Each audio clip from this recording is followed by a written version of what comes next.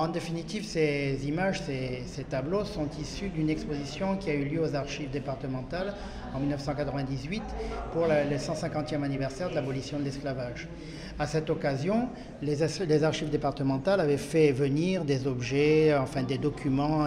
intéressants, et c'était vraiment une très grosse exposition qui a eu un succès, un très grand succès, puisque plusieurs milliers de personnes l'ont vue, plusieurs milliers d'enfants également l'ont visité. Et dans cette exposition, il y avait donc des panneaux explicatifs. Et ce sont ces panneaux que l'on a conservés et qui sont maintenant, visibles par les lycées, les collèges, les institutions. Et donc ces différents panneaux mettent en valeur la marche vers la liberté, c'est-à-dire on part de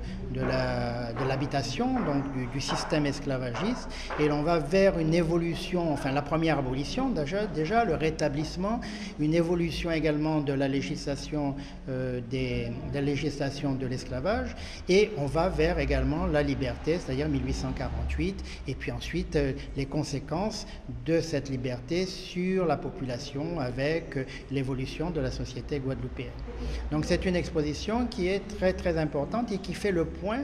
d'une façon simple et claire sur le sujet qui est donc l'esclavage et son abolition et les conséquences de l'abolition. C'est-à-dire que quand les gens ou les jeunes qui vont venir voir cette exposition, ils vont voir, ils vont se faire une idée de ce que c'était, de ce